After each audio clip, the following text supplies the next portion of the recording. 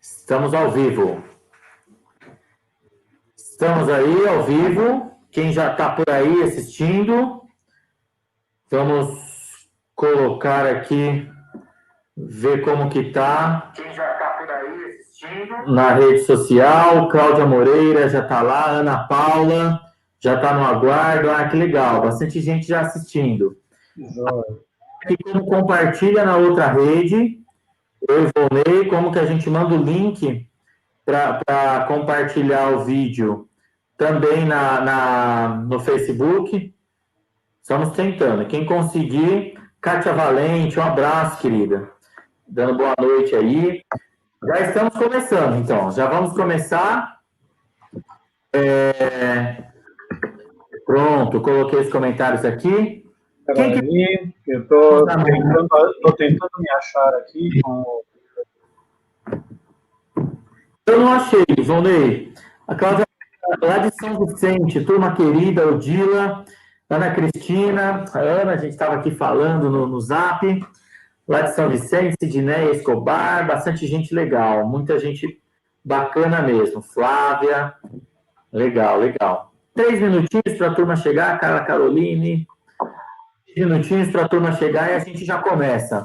Nossa hoje, acompanhado aqui do ilustríssimo Volney, amigo ilustre, Cleide dando boa noite, Flávia, legal. Você conseguiu compartilhar no Facebook, Volney? Eu não consegui. Legendas, não consegui. Vou pedir ajuda das universitárias aqui.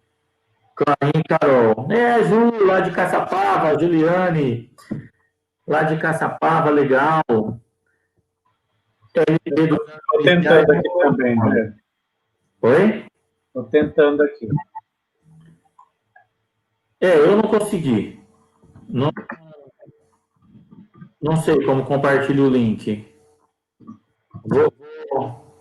Vou perguntar. Bom, estamos nessa conversa de hoje, né, Volney? Depois de turma, bastante gente perguntar, né? Tem conversado comigo, com você, tem bastante gente perguntando, levantando questões sobre esse finalzinho de ano, como encerra um ano tão atípico, né, Volney? Um ano tão fora de qualquer planejamento que a gente já teve ou imaginou. Eu acho que ninguém imaginou um ano desse jeito. A Elisa aí, legal, Elisa. A Juliana compartilhou no Face. Ah, bacana, Juliana. Legal. Compartilhou no Face. Maria do Carmo, da MF Raquel de Castro, legal. Já compartilhou lá no Face. Ana... Então, o que você pode fazer é o seguinte, copia o link e põe no seu. Pega do dela, não dá? Me marca lá, a Juliane, me marca lá, Miriam Lúcia, Armindo Ramos, bem bacana, Sueli, bastante gente aí, né? Já estamos com bastante gente, mais de 20 pessoas. Vamos começar a nossa prosa. De todo modo, o vídeo vai ficar também. E a gente pode subir depois, tá, Volney? Vamos tocar aqui. Ah, mas eu já estou colocando no meu aqui. Conseguiu? Aí sim. Ó, quando você entra pelo celular, tem um lugar aí, compartilhar, daí vai nele. Tá vendo aí? Esse Volney é nerd mesmo, viu? Tô aprendendo... E a Carta compartilhou. Vascunhando aqui. Legal. Bacana. Bora. Bom, pessoal, uma ótima noite a todos. É um prazer estar aqui na companhia desse meu amigo aqui de muitas caminhadas aqui, né? Então, todo mundo conhece, claro, né? Porque estão aí nas redes todas, mas o Diego é um grande amigo, ele é pedagogo, fez magistério, depois fez história, daí trabalha com formação de professores, autor de material também, né? O Diego doutorando, né? Tô nessa luta aí. Doutorando lá na PUC. Diego, é um prazer enorme estar ao seu lado e você sabe o quanto eu gosto de trabalhar com você e o quanto eu aprendo nas nossas relações, viu? Ô, Vonei, eu que agradeço, eu agradeço e uma coisa que eu sempre destaco, a generosidade de você, sua com a gente, com a paciência de ensinar, de trocar, de comungar com a gente, né? Então, eu agradeço mesmo. Vonei, que é, assim, ele fala da minha formação, mas eu ficaria aqui 3 dias falando da formação dele. Físico, mestrado em física, doutorado em avaliação, autor de livro didático, faz palestra no Brasil inteiro, uma das referências sobre avaliação educacional do Brasil. Então, Vonei, é um prazer, uma honra poder caminhar junto, poder compartilhar. E assim, sendo bem sincero, viu, Vonei? Poder te ligar na hora que tem dúvida. Vonei, ajuda aí, como que é, tal. Vonei já é doutor em avaliação, material, muito texto escrito. Tem um texto nosso aí que a gente lançou, né? Uhum. Exatamente, aquele material bem bacana com relação à BNCC do ensino médio, né? Então, daí depois a gente vai conversar um pouquinho sobre isso lá no final da nossa conversa aqui. Vamos lá, Vonei, por que a gente pensou nessa conversa? O que nos levou a abrir esse canal, conversar com a turma? Por que a gente pensou em falar com a turma aqui, a Ângela Silveira aí, a Sofia, Tânia, Verônica, bastante gente legal. Por que a gente veio aqui conversar, Vonei?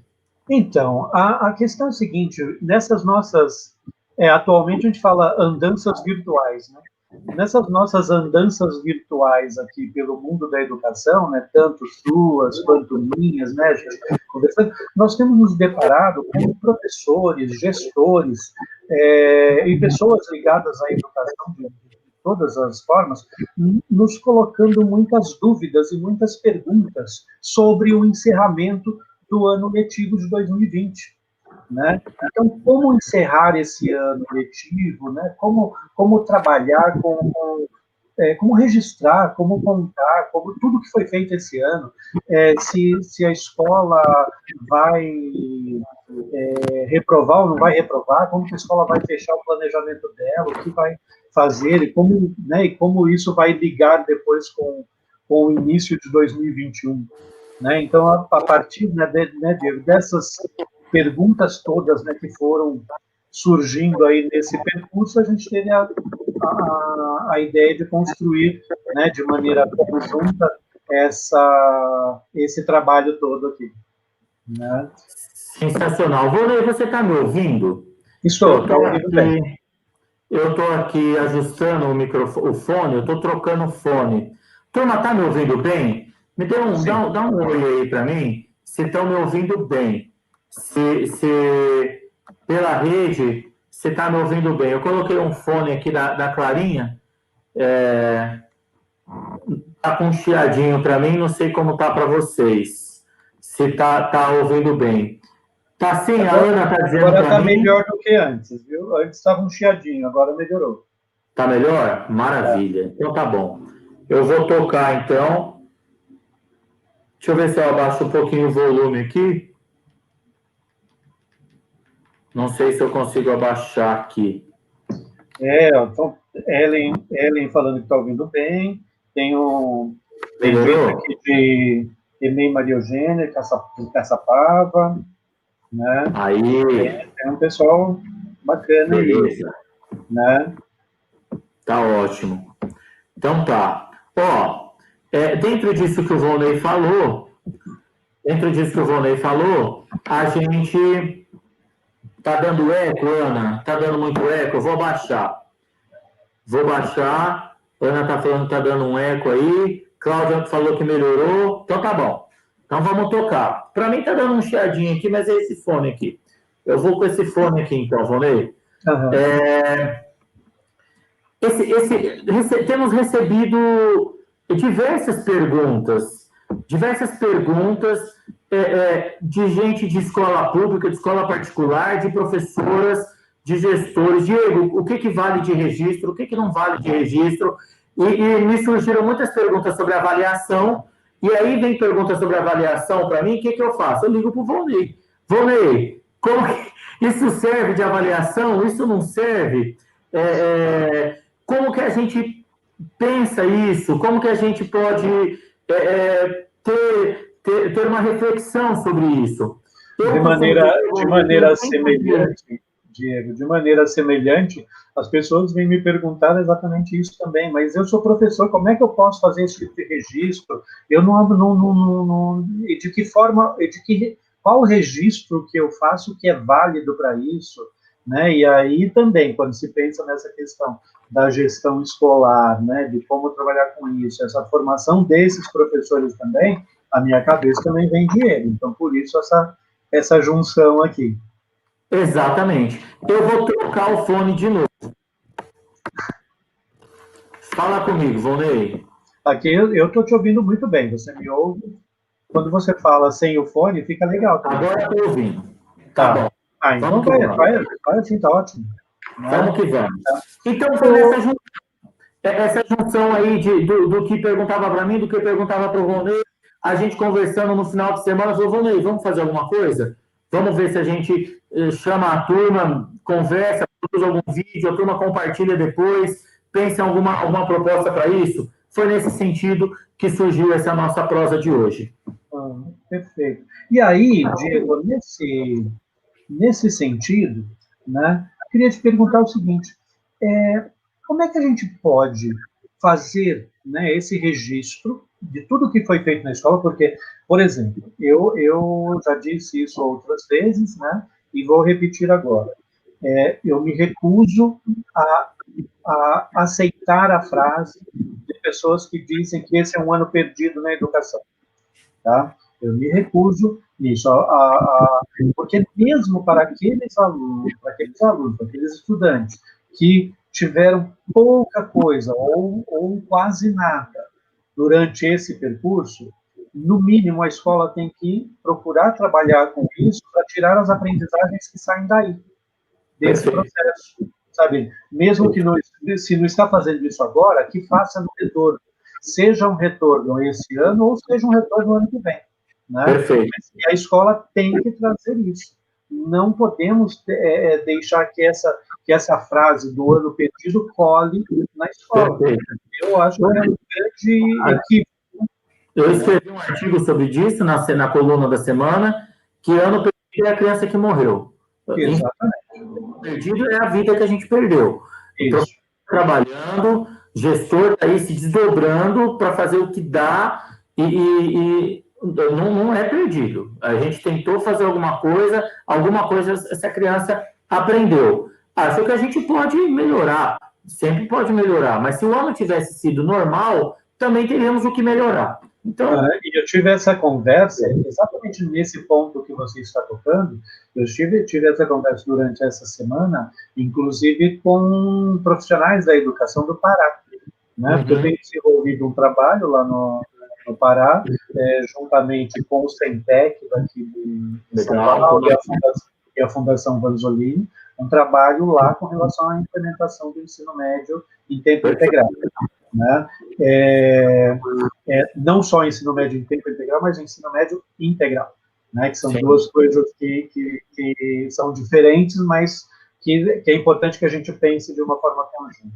Né? E a gente estava conversando exatamente sobre isso, porque lá nós tivemos, de fato, em muitas localidades, né, ficou parado. Mas ficou parado porque não acessa telefone, não acessa celular, não é a internet não chega. Tem lugar que o celular não pega direito.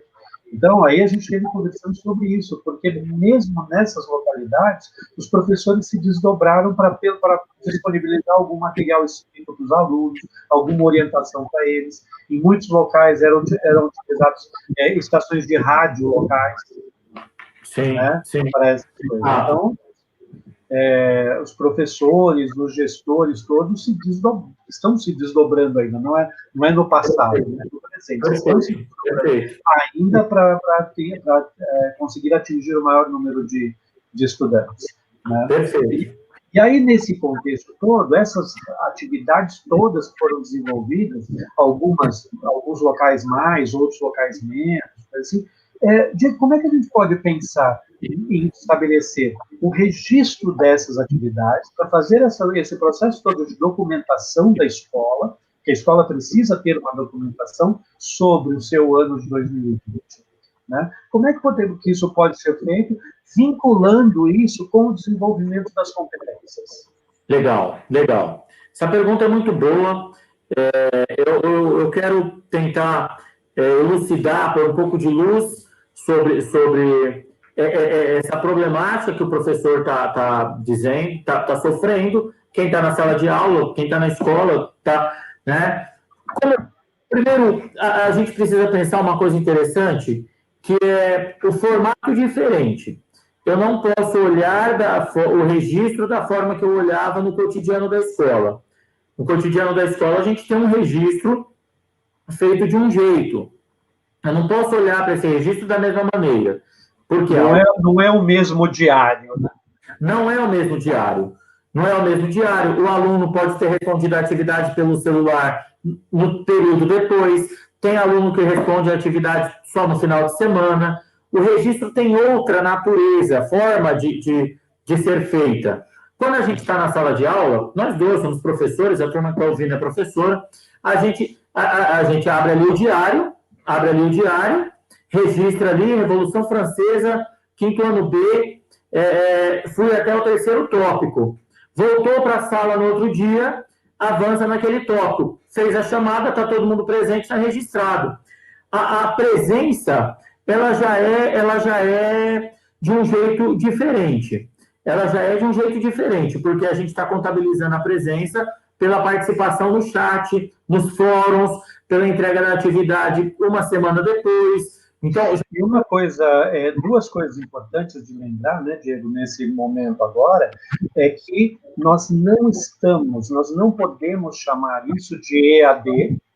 EAD é outra coisa, né? E também entendo que não podemos chamar isso, como muitos estão chamando aí, na minha visão de maneira equivocada, de ensino híbrido. Porque ensino híbrido é uma outra coisa, é uma outra estrutura, de uma outra organização com relação a outra coisa. Né? Acho que esse é um ponto importante a colocar. Deixa eu só fazer antes de você continuar aí, desculpe cortar, mas só um comentário aqui, que Sandra Souza comentou aqui, falando o seguinte: estamos justamente com essas dúvidas. E agora, como finaliza o ano letivo? Perfeito. E aí, perfeito, é reconhecer, olhar um pouquinho para trás e reconhecer a competência que deu. Isso tem uma coerência, Volney, com o que a gente estava falando de não acreditar que é um ano perdido. Não é, porque a gente tem inclusive registros do que fez, do que propôs. Pode não ter sido um ano na plenitude do que a gente planejou, mas não é perdido. Então, olhar um pouquinho para trás e retomar a competência do que fez. Eu quero colocar um ponto-chave aqui, Volney, porque a gente vincula isso com as competências da BNCC, e eu quero que os professores que estão assistindo a gente relembrem, inclusive, os textos, as ligações, as conversas de WhatsApp que tinham uma relação com as competências socioemocionais. Quantas conversas o professor não fez, acalmando o pai, acalmando o aluno, atividades que eram justamente para tranquilizar, falando sobre fazer exercícios, Eu vi muitas atividades, a gente sabe, a gente recebe muitas atividades que os professores trataram de competências emocionais, dialogando com os alunos, dialogando com as famílias. Então, isso também tem que ser registrado, isso também tem que ser colocado na pauta, né? Outra coisa também nesse sentido é nós lembrarmos, né? Porque muitas vezes muitos têm falado assim, mas esse ano eu não desenvolvi conteúdo com o meu aluno, né? Que para mim também é um outro equívoco, porque eu penso em conteúdo, eu tenho que pensar em conteúdo de uma forma mais ampla. Eu tenho, né, os conteúdos conceituais, procedimentais e atitudinais. Isso. Tá? Se eu reduzir a quantidade de conteúdos conceituais que foram desenvolvidos com os alunos. Em compensação, eu aumentei muito os procedimentais e os atitudinais. Perfeito. A Ângela está colocando aí no fórum de maneira brilhante, que é justamente isso, registrou tudo em forma de portfólio, printou e explicou depois sobre as aulas síncronas, né? E tudo na proposta pela SEDUC. Muito obrigado, Ângela, pela consideração, pela aí. E aí, lembrando, esse registro vale tanto para as aulas síncronas quanto para as assíncronas. Isso, exato. Importante lembrar. E um ponto importante do registro, Volney, é ampliar a visão que não é só aquela forma. Então, e eu já falo isso independente de ser nesse momento, nesse ano. O professor faz muito mais do que registra. Isso a gente não pode esquecer de falar. O gestor faz muito mais do que está no PPP. Eu tenho certeza absoluta. Ora, são 20 anos, o Volney também mais que 20, não vou... Um pouquinho mais. Um pouquinho mais. O gestor, o professor, faz muito mais do que o que está no diário. É importante essa sensibilidade de reconhecer o que entregou, o que fez, sem ter aquele olhar muito estreito para uma única forma. Porque se eu fico com aquele olhar extremamente conteudista, né, eu perco uma série de outras aprendizagens que ocorreram aí, tá, nesse processo. E eu entendo o seguinte, independente de qual foi o procedimento estabelecido por aquele professor, por aquela escola, uma das coisas que certamente, né, quando você começa a pensar nessa estruturação, a gente interferiu certamente no desenvolvimento do estudante é com relação ao processo de autonomia. Isso. Sabe, ele já começa por aí. E se eu interfiro no processo de autonomia desse estudante, eu estou contribuindo para o desenvolvimento lá da competência 10 da BNCC. Exato. E, Volney, tem diversas formas de registrar. Então, isso que eu ia te perguntar também, porque esses registros, eles precisam ser feitos da mesma maneira, né? E se eles não são feitos da mesma maneira, como é que o gestor da escola pode depois juntar isso, se cada um faz de um jeito? E aí? Muito boa pergunta. E aí, nesse sentido de não ter a mesma maneira, ou de ter a mesma maneira, 2 pontos importantes. Primeiro, que é o diálogo entre gestor e professor. Há um diálogo a ser feito entre gestor e professor. Precisa estar combinado essa jogada. Nem todo professor tem a mesma habilidade técnica na informática. Ó, a Ângela está falando que tem um dossiê. Muito legal. Doutorado, Ângela. Guarda isso aí, que depois dá pesquisa esse negócio. Então, repara, nem todo professor registra da mesma maneira.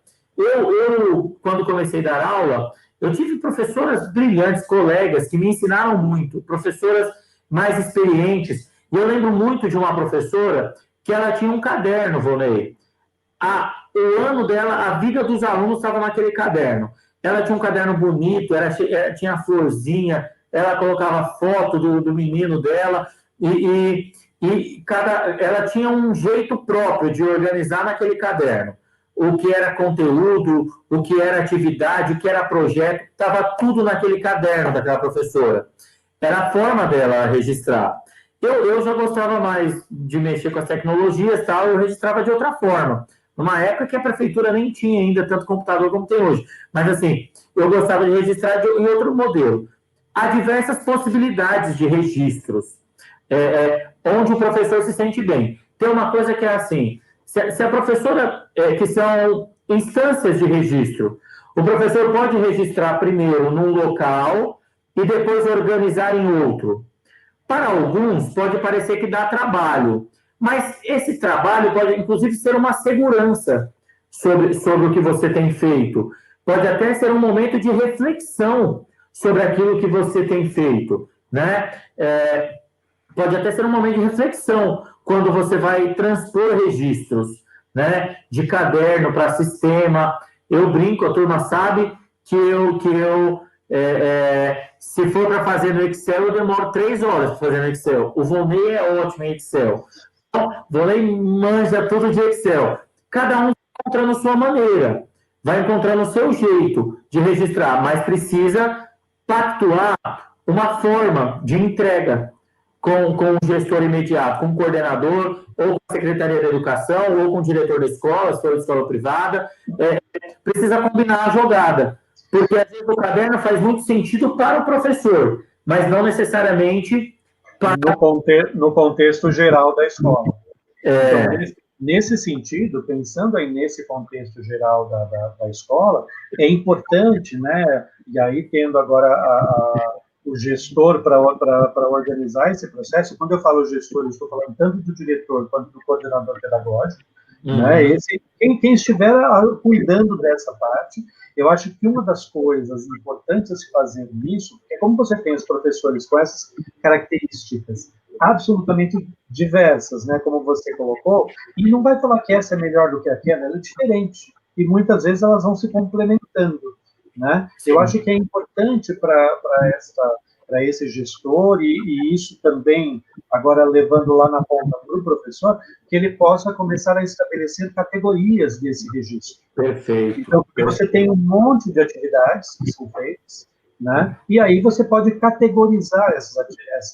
Perfeito. Né? Você pode colocar um é assim, atividade de fixação, outro é pesquisa, outro é organização e síntese, não sei, estou pensando aqui, a gente vai construindo. Porque na hora que você vai categorizando essas coisas, e aí, se a escola faz esse estabelecimento dessas categorias, ela tem o mapa geral da escola, né? Das competências que foram entregues. Tudo, né? Exatamente, porque a Ana Paula está colocando um negócio que eu quero pegar um gancho da Ana. Ana Paula Martins, Chiarione. Não sei se eu falei o nome certo, Ana. Talvez seja Chiarione. Chiarione, não sei. Não, depende do local da Itália que ela nasceu. Então, ela coloca que o trabalho em home office é volumoso, é verdade, a gente tem feito isso. Tem dia, eu continuo dando aula, tem dia que eu ligo o computador às 8 e paro a última aula às 10h30 da noite. Então, esse trabalho é volumoso mesmo. Então, todas as formas de registro é importante. E aí, Volney, nas próprias competências da base, né, fala isso. Porque uma coisa, e a gente como pesquisador trabalha muito isso, uma coisa é a parte que a gente produz o registro e a outra coisa é a parte que a gente organiza o que registrou. São dois trabalhos. Produzir o registro, isso dá trabalho, a gente sabe na sala de aula ou fora dela, ou remoto, isso dá trabalho, produzir e depois organizar o registro. Isso são coisas importantes. E, às vezes, ter um lugar semelhante para organizar facilita muito. Até porque, se você produziu muitos registros, vamos lá, você é um professor da minha escola, você produziu um monte de registros, um outro professor produziu um monte de registros, uma outra professora produziu um monte de registros. Eu, como gestor, se eu não tiver essa categorização, eu não teria noção da totalidade do que vocês produziram, e muito, assim, até porque muito do que você produziu, você, o outro professor A e a professora B produziram, muitas vezes vão no mesmo sentido de desenvolvimento da mesma competência no aluno.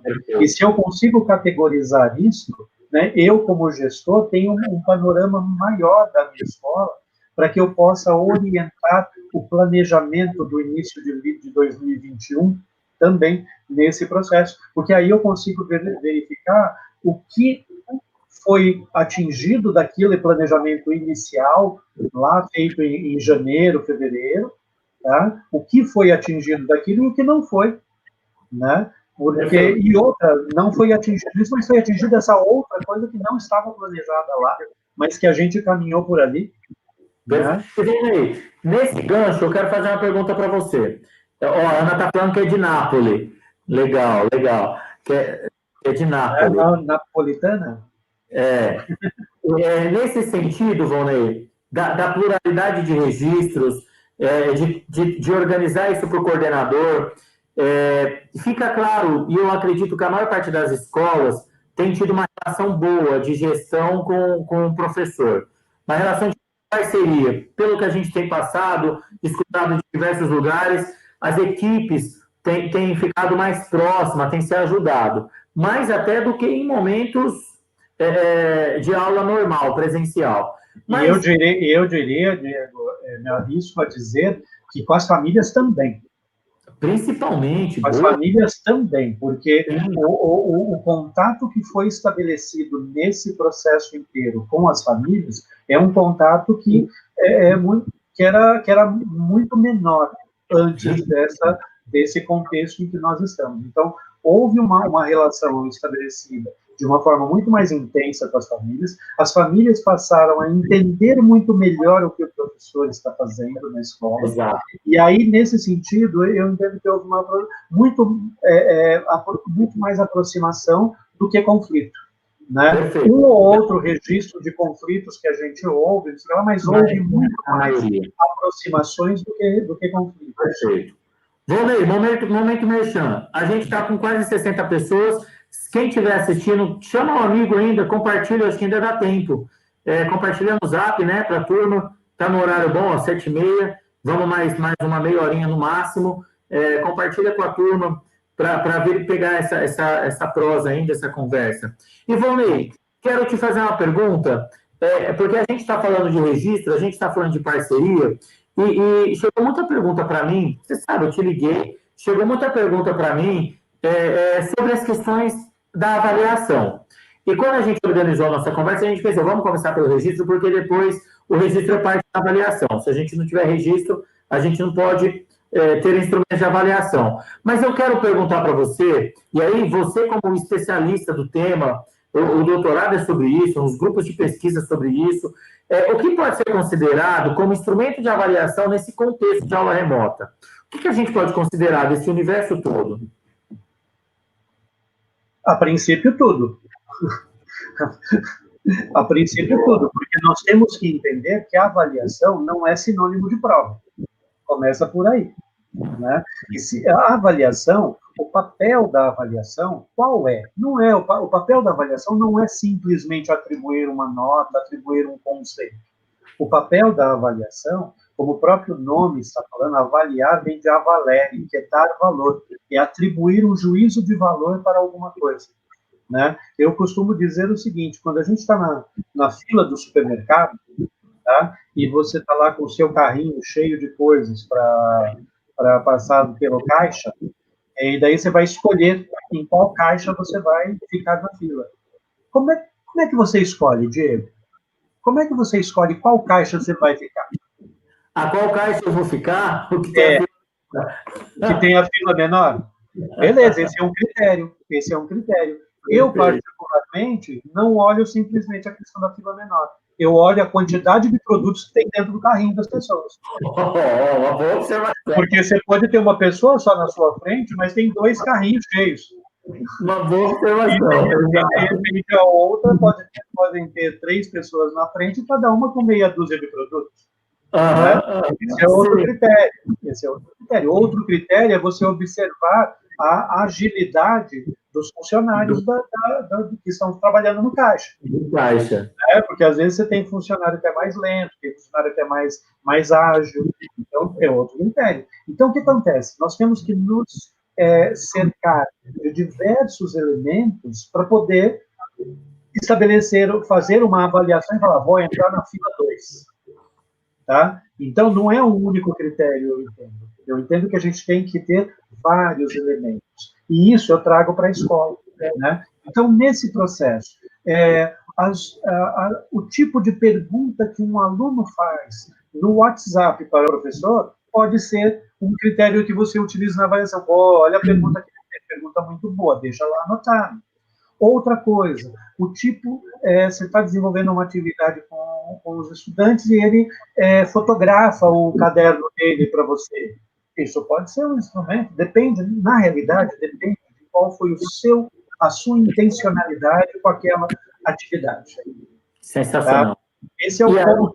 A intencionalidade na hora de propor uma determinada atividade, seja ela uma conversa, tá? Porque você pode ter uma conversa com os alunos aqui utilizando o Meet, utilizando o Zoom, seja lá qual for a ferramenta, por exemplo, né, quem tiver condições de fazer isso, esse pode ser um dos critérios que você estabelece cabeça é a maneira como você vai conversando, a maneira como os alunos vão interagindo nessa conversa, a maneira como um aluno interage com o outro, não precisa ser necessariamente com você. Então, você tem que ter, assim, qual a intencionalidade na hora de propor aquela atividade e registrar essa intencionalidade. Porque na hora que você registra, tudo que vier a partir dali, você pode utilizar como um instrumento de avaliação. Né? Ivonei, a Sofia coloca aqui de maneira muito legal que estamos acostumados a associar a avaliação com a prova, propriamente dita ali. Ou seja, o papel, a prova papel, esquecendo do todo do aluno. Nesse momento que a avaliação é remota, que o relacionamento é remoto, virtual, a maior parte das redes, das escolas estão fazendo por Zap, as escolas privadas já tem algum sistema, as minhas meninas fazem no Teams, na faculdade eu dou aula pelo Teams, enfim. Mas nesse momento que o contato físico está suspenso, esse olhar para o todo, de uma maneira que os registros podem ser formas de ter instrumentos, de ter subsídios para avaliar, vai para o fundamento do que é a avaliação, né, Volney? Sim, exatamente. A avaliação não é medição. Né? A avaliação não é medição. Então, esse é um ponto importante. Em geral, professores e professoras da educação infantil e do Fundamental 1, dos anos iniciais, sabem fazer de uma forma maravilhosa a avaliação qualitativa dos estudantes.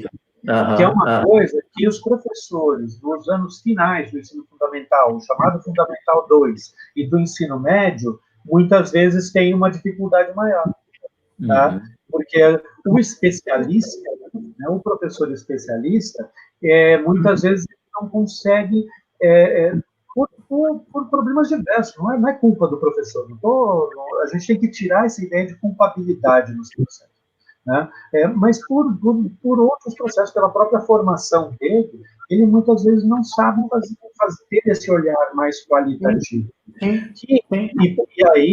aí vou trazer para cá, principalmente os professores da área de exatas. E aí, eu me incluo nessa. Tá? Tem uma dificuldade maior de fazer essa análise qualitativa do processo. E agora, o qualitativo tomou uma dimensão enorme. Então, para mim, eu estou ensinando física para o meu estudante, então, de repente, por um WhatsApp, um áudio de WhatsApp, eu posso fazer uma pergunta para ele e ele me responder pelo áudio de WhatsApp. Se ele pesquisou, deu um Google lá para dar a resposta dele, é porque a minha pergunta não foi boa. Tá? Se a resposta à minha pergunta ela pode ser encontrada facilmente com o Google, é porque a minha pergunta não está exigindo uma reflexão individual do processo. Inclusive, mesmo se ele pesquisar, conversávamos sobre isso no grupo de professores da universidade, mesmo se ele precisar ir até o material... Ótimo. Você trabalhou a pesquisa nele. Você trabalhou a habilidade da pesquisa. Então, é importante deixar um pouco mais elástico, como você mesmo coloca, essa percepção do que é a avaliação, que é além da prova. Não é uma prova com alguém vigiando. Às vezes a avaliação é justamente a capacidade de pesquisa do aluno. Dependendo do e mesmo trazendo para a área de exatas, né, que eu quero ver o aluno resolvendo um problema lá de física. Eu quero ver a resolução dele. Tudo bem, eu posso propor para esse aluno que ele resolva aquele problema e, ao mesmo tempo, ele vai filmando aqui no WhatsApp e coloca ele filmando, ele escrevendo no caderno. Tem um monte de possibilidades. Uma coisa muito legal. Quem está na educação infantil já está mais acostumado a esse tipo de registro. Foto, vídeo, mural... e talvez nós, no Fundi 2, no médio, fica mais preso a esse formato mais quadradinho presencial. E esse desafio é importante colocar, porque senão a gente reforça o discurso de que o aluno não aprendeu. A gente pode até reconhecer que a condição não foi apropriada para entregar mais coisas. Mas eu tenho certeza que alguma coisa que o professor entregou, ele aprendeu. Certamente.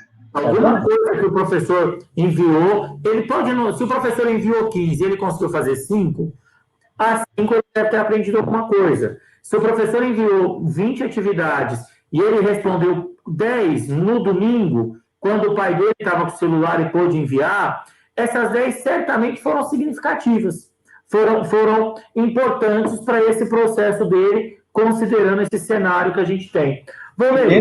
Nesse cenário, eu também vejo o seguinte, nós, né, estamos aprendendo a lidar com essa situação na educação básica. No curso superior, o EAD funciona já de outra forma já há bastante tempo. Perfeito. É outra coisa. Tá? Mas nós, na educação básica, estamos aprendendo a lidar com esse tipo de mídia, vamos dizer assim, porque o papel é uma mídia. Tá? Isso aqui é outra mídia. Nós estamos aprendendo a lidar com essas mídias diversificadas, um processo andando, sabe? É como se a gente tivesse... Nós estamos trocando pneu com o carro andando. Exato. Né? E aí, nesse processo, nós também estamos aprendendo a selecionar melhor que tipo de atividade a gente vai propor. Né? Não é simplesmente mudar, né? Como diz a nossa amiga Paula, não é simplesmente mudar a lousa de lugar.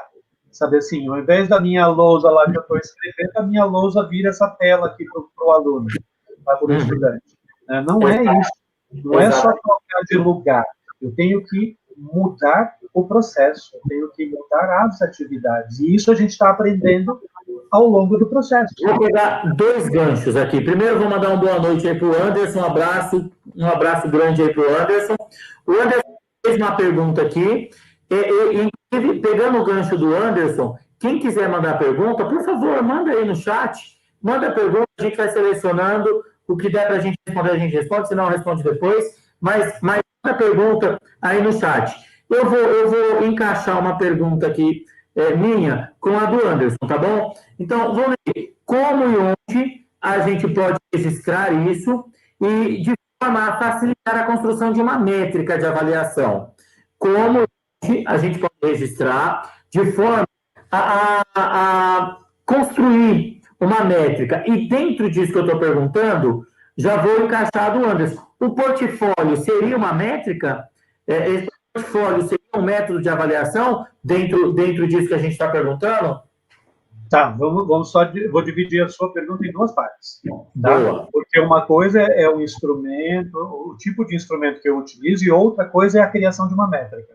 Perfeito. Tá? Então, porque eu posso ter instrumentos diversos numa mesma métrica, ou eu posso ter uma métrica para cada instrumento. São coisas diferentes. Porque, de repente, há métricas estabelecidas, e aqui só para esclarecer, né, para todo mundo, vamos no popular, vamos dizer assim, a métrica é na hora que eu estabeleço um valor numérico para isso, ou um valor de conceito, por uma determinada atividade. Tá? O portfólio, eu entendo que é um instrumento riquíssimo para o processo. Eu acho que é um instrumento riquíssimo.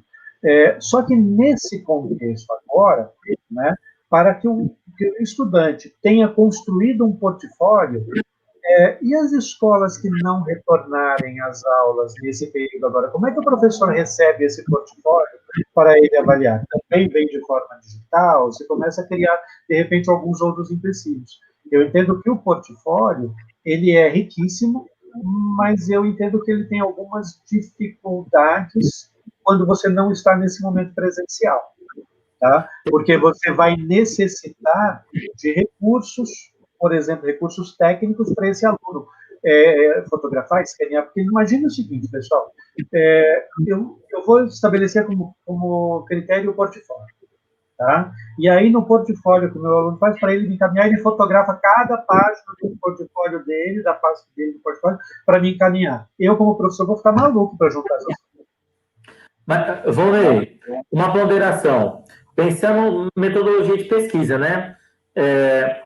Talvez recolher, eu entendo que você diz no sentido de recolher essa pluralidade de material é um dificultador, concordo.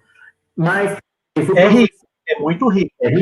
O professor juntar e organizar um portfólio com categorias, tal, o que ele tem, eu acho. Opa, aí é outra coisa.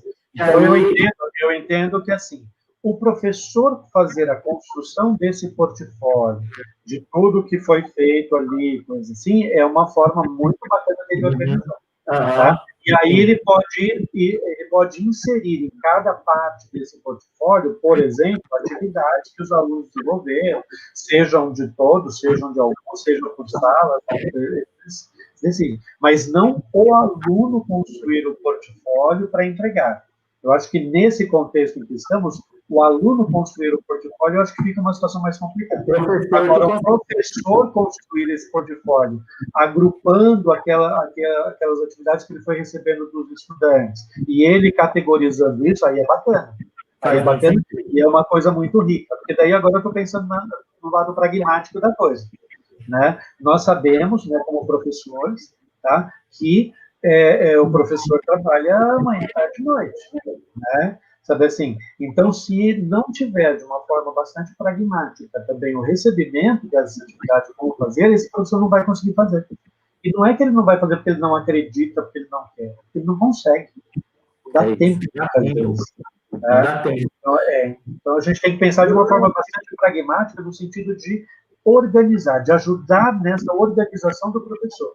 E aí a gente tem uma proposta para isso lá no curso que a gente está propondo. Né? Legal. Juliane está colocando aqui sobre o esforço e o desafio da atividade. É verdade, é verdadeiro. O esforço e o desafio da atividade. Isso é um ponto muito importante, muito importante. E eu vou dizer duas perspectivas. Às vezes a gente tem o desafio da atividade da rede pública, que o aluno talvez tenha uma condição material mais desfavorável, mas a gente tem o desafio da rede privada do acompanhamento. Às vezes os meninos não aguentam ficar tanto tempo diante da aula, não. Seja educação infantil, ensino fundamental 1, os meninos não aguentam ficar 4, 5 também gera um desafio brutal para o professor. Eu assisti, Diego, uma apresentação de um representante, acho que ele, não lembro agora, acho que é o presidente do Conselho de Educação do Distrito Federal, tá? Ele falando que lá para o DF, a orientação que foi dada para alunos do ensino médio é que as escolas tivessem atividades nas quais os alunos do ensino médio ficassem no máximo 3 horas em frente ao computador. Sim. Entendeu? Sim. Porque mais do que isso é improdutivo. Exato. Né? Sabe assim? E aí, se você torna improdutivo num dia, a chance de você não ter esse aluno no dia seguinte é grande. Exato, exatamente. Você aumenta a saída desses alunos, né, do processo. Angelina falando que fez curso, Angelina e Iorio, não sei se comigo ou com você, ou com os dois, não sei, de repente. O Anderson também, agradecendo a colocação, obrigado, Anderson, Angelina. Obrigado também. Volney, então, esses recursos, eles estão utilizados, a princípio pode ser utilizado, não pode, o WhatsApp, o vídeo, vou fazer uma pergunta lembrando da Paulinha, o vídeo do TikTok, a fotografia do caderno, isso tudo pode ser utilizado, organizado como registro e como avaliação?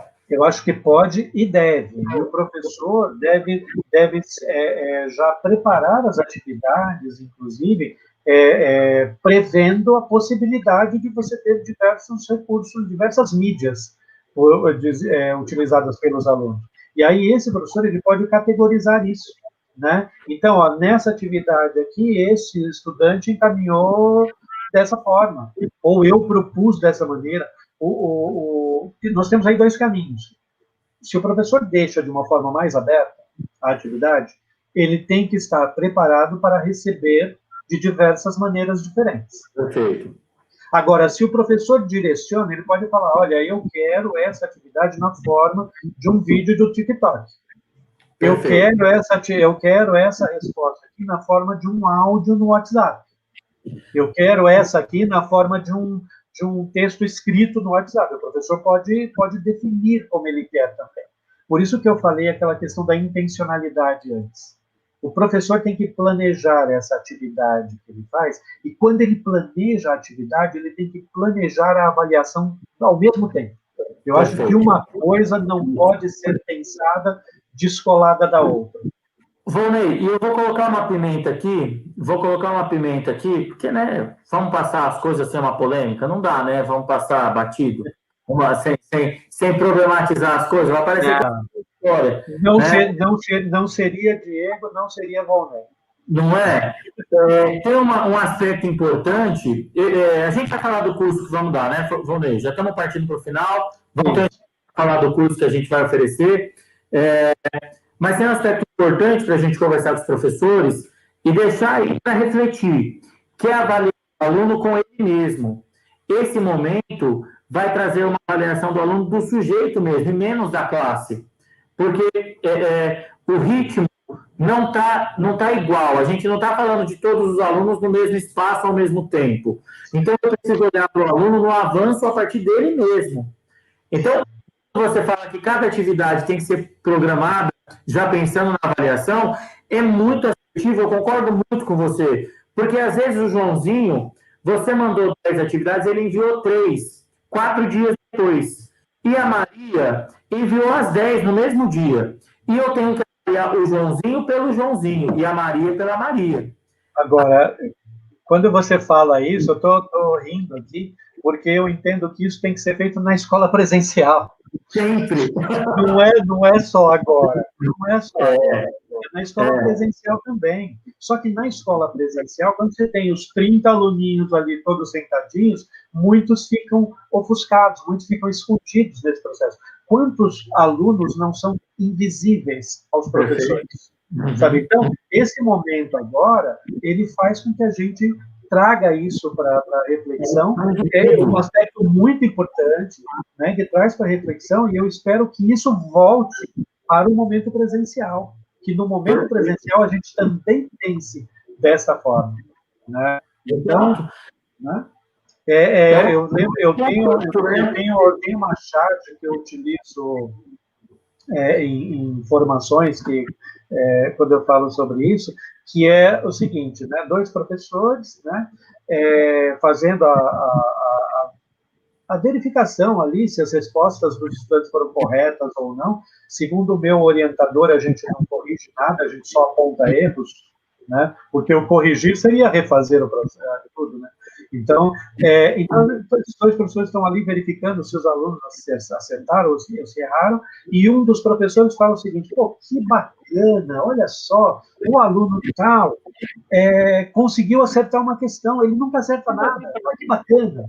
E o outro que está do lado fala: pô, mas caramba, olha só, esse aluno aqui, um outro aluno, ele errou uma, ele nunca erra nada. Então, sabe, é bacana isso mesmo. Aquele aluno que tem um potencial maior, nós temos que provocar nele, propiciar atividades mais desafiadoras, para que ele vá mais longe ainda. E aquele que tem uma dificuldade maior, nós temos que colocar atividades no sentido de trazê-lo. Perfeito. Né? Perfeito. E eu tenho que olhar separadamente para esses alunos. E na sala de aula, com os 30, 35 ali de uma vez, a gente acaba não olhando, a gente acaba olhando para um aluno médio que não existe. Exato. Não existe a média da sala. E essa questão da média como um todo, né, eu já fiz essa brincadeira com você, né, em outras vezes também, é o seguinte: pessoal, eu costumo dizer que a média é burra, né? Assim, estamos eu e o Diego morrendo de fome. Daí nós compramos uma pizza. Aí quando chega a pizza, tá, o Diego sai um pouco para fazer outras coisas, eu estou morrendo de fome, eu como a pizza inteira. Quando o Diego chega, não tem mais pizza lá. Na média, cada um comeu metade da pizza. Só que eu estou empanturrado e o Diego continua morrendo de fome. Né? E eu de regime. Você empanturrado e eu de regime. Exato, exato.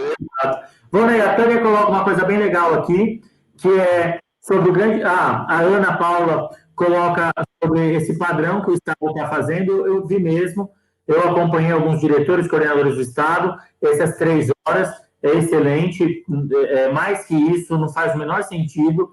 Eu tenho falado isso há muito tempo, mais que isso não faz sentido deixar um menino, mesmo um adulto, tá, gente? Mesmo um adulto, 4 horas de aula, é surreal. Diego, porque são coisas diferentes. Quando você está com 4 horas de aula presenciais, ali, no momento presencial, você não tem 4 horas falando. Você tem a hora que você dá uma risadinha, você faz um comentário, o outro fala só uma piadinha, você fala de outra coisa, fala, olha, você viu que ontem o Corinthians e o São Paulo se danaram ontem? Sabe assim, tem esse momento. É isso. Tá? Agora, em frente aqui ao computador, nessa hora, normalmente não tem. É isso. Não tem esse tipo de coisa. E aí, 3 horas aqui, além dessa questão da tela, que já é uma coisa mais desgastante, a gente né, a nossa energia vai se esvaindo, né, nessa situação. Você está esgotado da frente vai esgotando. É diferente, né? É diferente. Eu tenho falado isso. Às vezes o pessoal pergunta assim, quantas horas de formação? Eu falo, no máximo 2. Porque, gente, 2 horas já é o Titanic. Você imagina 4 horas olhando para mim numa tela.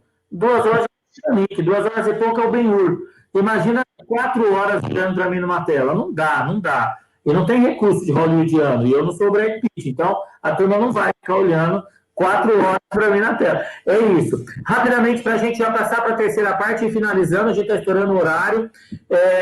A Tânia faz uma pergunta muito legal. Como alargar o conceito de avaliação? Esse é o tema do Volney. Como que alarga o conceito da avaliação? O Volney responde essa e depois eu falo sobre esse risco da evasão. Então, ela coloca aqui, né? Como alargar esse conceito, né? Ampliar o conceito da avaliação, tendo em vista o risco da evasão. Né? Primeira coisa é o seguinte: quais são os principais motivos da evasão? Né? Claro que nós teremos inúmeros motivos, mas eu diria que um motivo muito forte, né, para a evasão é o aluno se sentir excluído do processo. Tá? Eu acho que esse é um motivo fortíssimo para a evasão. Quando ele é excluído do processo, você aumenta a possibilidade de evasão. Então, nós temos que ampliar mesmo essa visão, essa amplitude do processo avaliativo para a gente poder pegar todo mundo, e pegar todo mundo na sua potencialidade, e não pegar todo mundo no seu erro, é pegar todo mundo na sua potencialidade. O processo avaliativo, ele tem que nos dizer aquilo que o aluno sabe e tem que nos dar pistas sobre o que ele não sabe e por que ele não sabe. Eu entendo que seja isso. E não uma avaliação simplesmente para apontar os erros e aquilo que o cara não sabe. Ivonei, eu vou para o princípio filosófico. Há um eixo, há uma mudança de eixo. Porque se o professorado continuar a pensando, eu estou generalizando, tá, gente? Pelo amor de Deus. Há uma mudança de eixo. Se o professor continuar achando que a avaliação é uma forma de ranquear e excluir, a gente perdeu o menino. A avaliação é uma forma de incluir. Ela é uma ferramenta de inclusão. A avaliação não é para a gente ranquear e dizer e carimbar na testa esse sabe, esse não sabe. Ela é uma ferramenta de inclusão. Se não percebermos a potência conceitual da avaliação como forma de incluir o aluno, a gente vai perder ele. E não vai perder só para a pandemia.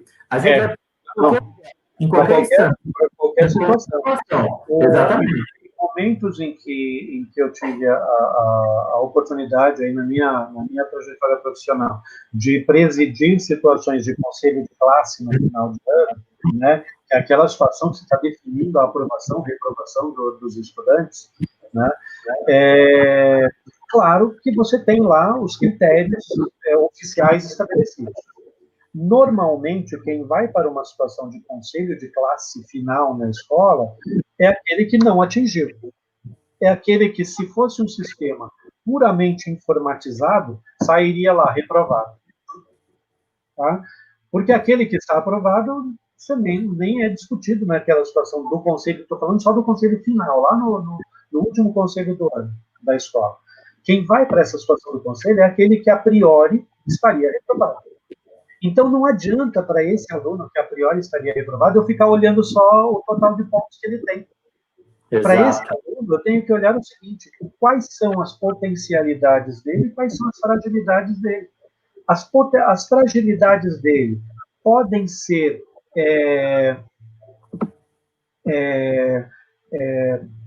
eu posso trabalhar nessas fragilidades de forma que ele vá para o ano seguinte, acompanhe a série seguinte e não seja um mal muito maior para ele, então eu tenho que investir na aprovação desse aluno, né? Então, eu acho que a gente não pode ficar olhando apenas no aspecto matemático e numérico da coisa, porque senão eu não preciso de conselho de classe, basta colocar lá no computador e já sai para a minha relação, aprovado ou reprovado. O Excel faz isso fácil. Fácil. Muito boa a participação de todo mundo. Eu quero que você comece a contar para a gente. Dia 14, a gente vai dar um curso. Quero que a gente comece a falar disso. Já estamos estourando horário, a turma também. Todo mundo tem criança em casa aí, está com os meninos em casa. Ainda deve ter diário para corrigir. Dia 14, a gente vai fazer um curso. Conta um pouquinho para a gente. Que dia, que horário? Então, no dia 14, né, estamos propondo esse curso, escolas em 2020, né, como encerrar o ano, tá? No qual a ideia é nós discutirmos exatamente essas ferramentas de organização dessas informações, né, no qual nós proporemos, né, e forneceremos para os participantes duas ferramentas para poder ajudar nesse fechamento, que é uma ferramenta do ponto de vista, eu diria, me vieram à cabeça aqui duas palavras, Diego, mas não são as mais adequadas, mas me veio uma ideia assim, mais do analógico e do digital. Sabe assim, o analógico no sentido de que é uma tabela no qual eu vou registrar as afirmações categorizadas, né, com campos categorizados de registro, e uma outra que me veio, que não é bem digital, mas que me veio digital, que é a ideia de uma planilha, né, uma planilha do Excel já com os campos com os campos já estabelecidos e com as opções, né, para que esse professor registre de uma forma muito rápida ali também e possa ser categorizado, possa ser organizado, essas informações organizadas de uma forma bem ágil ali. Porque agora eu me coloco na posição do gestor, né? Se todos os meus professores lançam os dados nessa planilha, eu, como gestor, estou no melhor dos mundos, porque eu posso clicar nos filtros e vou estabelecendo as análises que eu quiser a partir daquelas atividades. Né? Então, assim, falei algumas coisas, gostaria que você completasse também do que a gente vai propor nesse curso. Isso, a gente vai falar. Estou tentando colar o link aqui, ver se a gente consegue. A gente vai fazer um curso de 3 horas, dia 14, falando desse escopo, aprofundando essa questão do registro. Vamos falar o primeiro bloco do curso sobre a memória e a linha do tempo. Vamos aprofundar o conceitual sobre a memória, sobre como o professor recupera essa memória. E eu quero dizer uma coisa, não é só para esse momento de pandemia, para esse final de ano, é uma ferramenta que vai servir para todo o tempo. Como o professor fundamenta esse registro de memória, como faz valer esse registro de memória que você tem com o aluno, quais são os instrumentos, os recursos, por que vale a foto, por que vale o áudio, quais são as outras maneiras que a gente pode registrar isso. O caderno da professora Esmeralda, por que o caderno da professora Esmeralda é um registro? E isso tem valor legal, valor teórico. Diego, me veio agora a lembrança do seguinte: quantas e quantas vezes no final do ano, quando a gente tinha que fazer um determinado relatório, seja para a diretoria de ensino, seja para a própria escola, sobre tudo que foi desenvolvido com o aluno no decorrer do ano, a gente tinha um sofrimento lá no final do ano para poder juntar isso. Então, a ideia é que essas ferramentas auxiliem também nesse processo, não é só para agora. O Anderson colocou uma coisa aí muito importante, Anderson. Obrigado pela participação, viu, querido? Não vai passar o Natal e tudo vai voltar ao normal, não. 2020 vai ter muita coisa de 2020, é bem colocado, até pela aprovação do CNE, 2020 vai ter muita coisa de 2020 e a gente vai passar 2021 adaptando aí. Lá no Conselho de Educação do Distrito Federal, Diego, eles já indicaram, não é que sinalizaram, já indicaram que 2020 emenda em 2021. Na criação de um ciclo aí. Isso aí. A segunda parte do curso, Vonei, a gente vem com um bloco falando dos conceitos, né, das competências e habilidade, e a gente vem com essa planilha que você elaborou, que é um recurso brilhante, de ajudar o professor a fazer esses registros. Então, nessa planilha, né, ao mesmo tempo que ele vai escolhendo o tipo de atividade que ele propôs, ele faz uma pequena descrição, também tem o outro campo no qual ele pode já escolher também qual das competências gerais ele está ajudando a desenvolver com aquela atividade. O que é mais importante? Dia 14, no anterior à eleição, dia 14, das 9 ao meio-dia, são 3 horas de curso. A gente vai fazer o curso online, ao vivo, né? Numa sala, né? Online, ao vivo. A gente vai fazer o curso lá. Tem investimento, Volney? Tem, né? Tem investimento? Tem custo? Não, tem um investimento, tem um custo, Diego, porque e na realidade ele é bastante acessível, né? Porque a função na realidade, suprir os gastos que tivemos com relação à plataforma, e com relação à plataforma, com relação ao estúdio que fez aquela arte, né? Os custos, a produção desses materiais, né? Vamos colocar o link. Mas é muito acessível. É muito acessível e o pessoal clicando lá no link, entrando no Hotmart, tem condições de verificar isso. Agora, um aspecto importante, Diego, que muitas pessoas certamente perguntarão. Esse curso tem certificação, Diego? Tem. Certificação pela Escola dos Saberes, que eu dirijo, e pela Atitude Educacional, que você dirige. Tem certificação. Turma São Vicente, vamos pedir para a Denise validar lá em São Vicente. Será que a Denise valida? Vamos pedir para a Ana, para a Cris. Tem certificação, 3 horas de curso, aprofundando esse bate-papo, com entrega de ferramentas, de recursos, com textos já aprofundando sobre o assunto, um bate-papo de 3 horas aprofundando a temática. Vamos ver. Também disponibilizaremos para quem fizer o curso aquele material que nós produzimos sobre a BNCC do ensino médio. Né? Exato. É isso. Vamos colocar os links aí, já coloquei, vamos colocar nas redes sociais. Compartilha, divulga. A ideia é democratizar mesmo. A ideia, eu e o Volney, a gente sempre fala isso, conhecimento tem valor se for dividido. No conhecimento não tem valor se for só para mim, só para o outro. Conhecimento só tem valor. E o mais fantástico é que quanto mais se divide, mais se acumula, né? É verdade. Isso mesmo. Esse tempo é fantástico. Um beijo enorme, quero agradecer quem acompanhou. Ficamos aí com uma média de 60 pessoas acompanhando. Eu sei que é uma quinta-feira à noite, todo mundo com muito, com muita vontade e com muito trabalho. Eu sei que está todo mundo. É um dia da semana, de uma semana curta, uma semana curtinha. Quero agradecer a todo mundo que compartilhou, que participou, todo mundo, Anderson, a turma que participou. Um beijo enorme para a turma de São Vicente, tinha gente de Caçapava, aqui da Prefeitura de São Paulo.